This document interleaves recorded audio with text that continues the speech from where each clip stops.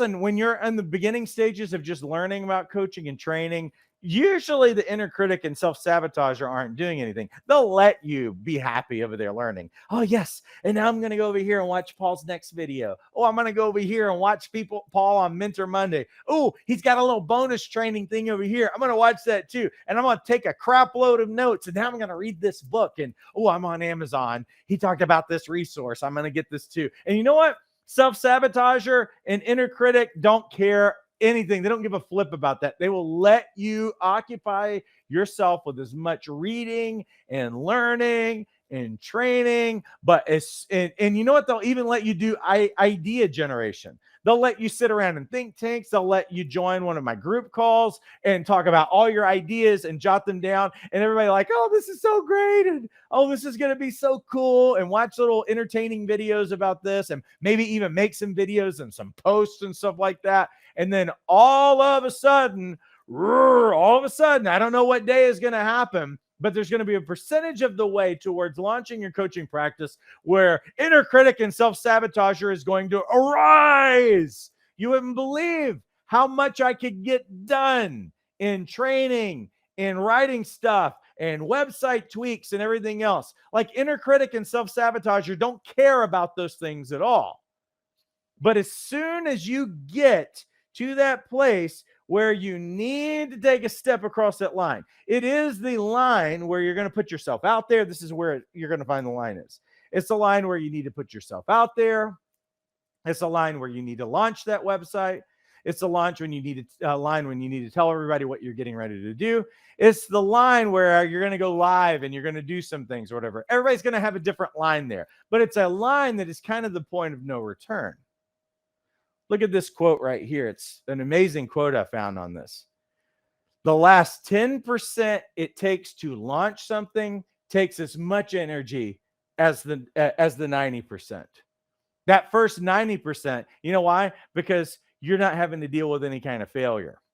Self-sabotager, self-critic, all of those other things that are going on in you, they're not even saying anything. They're kind of like, yeah, we'll let him read that. We'll let him watch that video. We'll let him go to training because he's not going to do anything with it. So we'll just let him just occupy, spin his wheels or whatever. The moment that you finally get to that place, because all the idea generation and the color schemes and the brand name and all of that fun stuff, you know what? You haven't convinced self-sabotager and self-critic anything. They're over here playing Uno or poker or whatever. They're not even paying any attention. Moment that you're just kind of like, okay, guys, it's the moment of truth.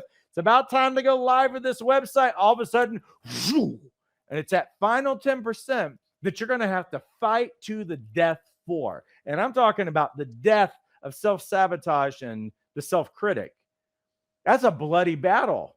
That is your final giant. That is your last dragon, is actually you. The things that you fought against in the past, sometimes they were personified in people and situations and circumstances. The one who wants to own you and keep you where you are right now is you. The old you who does not want to change and is like, oh, it's so uncertain over there. You never can tell. You may not be able to make it back from this one. If you do it, you need to stay where you are. And self-sabotage flies in and criticism flies in order to keep you where you are so that you wouldn't possibly see what life could look like on the other end. It might be too dangerous. It's probably too risky. You know what would make you feel better? Some more training over here.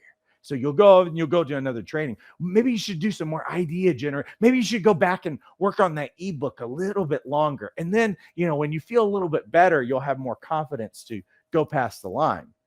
The self-critic and self-sabotage is a total liar.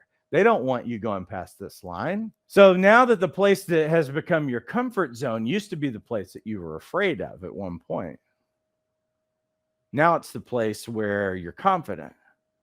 But we're unconfident over here, and we think that if I watch one more hour of training, then I'm suddenly going to be confident.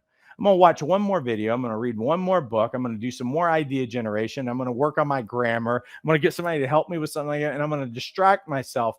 But here's the thing, is that your confidence is not going to come until you start, and that's what you've got to do. You've got to start. You got to kill the inner critic. You got to kill the self-sabotager, And the only way that you can silence them is that if you just step past the chicken line and you do it. Experience is the greater teacher. It's not learning, and it's not reading, and it's not classroom or whatever. Listen, if classrooms for coaches, we're going to make confident coaches, everybody would be doing it and everybody would be killing it. You would have already done it. That's not your problem. Your problem is that you're your own worst enemy in some kinds of ways. And I'm trying to prepare you. Some of you are already having that wrestling match. Some of you are already fighting that person right now, and you can beat them. But the only way that you beat them is taking action. It's not doing more acts of procrastination in your life. It's not doing more training, because that is not what's going to appease them, because they can't be appeased. Listen, the inner critic and the self-sabotager cannot be negotiated with. They cannot be reasoned with. They cannot be talked into anything, because they're not going to play nice with you any day of the week.